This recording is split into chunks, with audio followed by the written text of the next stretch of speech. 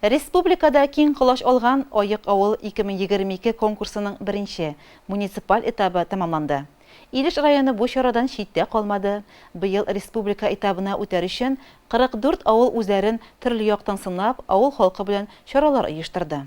Район комиссиясе карары белән данлы кыргыз ырыу җиренең түрендә урнашкан бай тарихлы Исәнбай авылы муниципаль этапта җиңүче дип сайланды.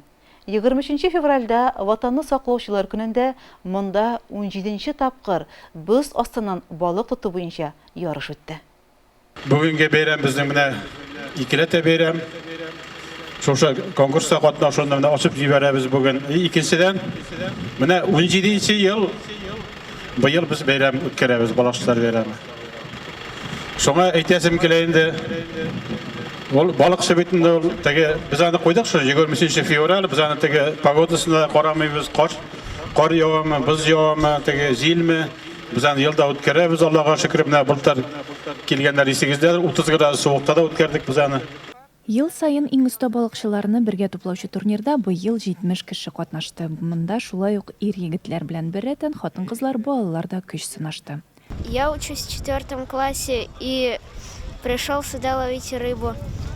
Я ловлю рыбу уже много лет, и меня научил мой брат, который тоже очень любит рыбалку. Сюда приезжаю я по возможности только. Сегодня как? Ловится? Да. Сколько поймал? 1.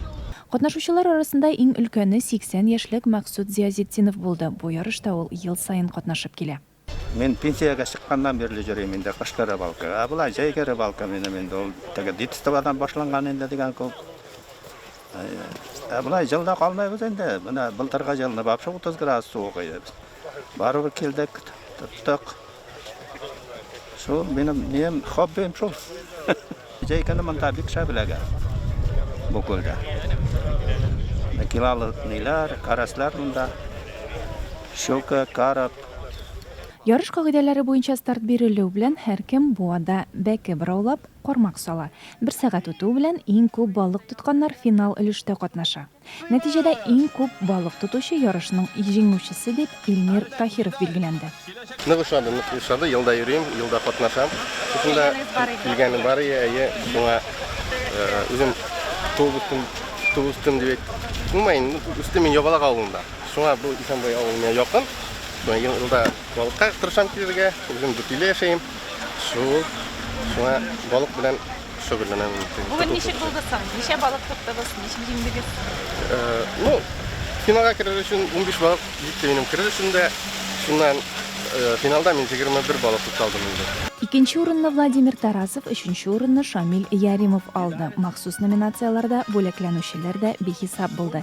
Иң зур балыкны эләктерүче исеменә Гарифян Сафуанов, иң беренче балыкны тотучы Хәмзә Бакиров һәм бәке браулауда иң өлгере дип Руслан Каримов билгеләнде.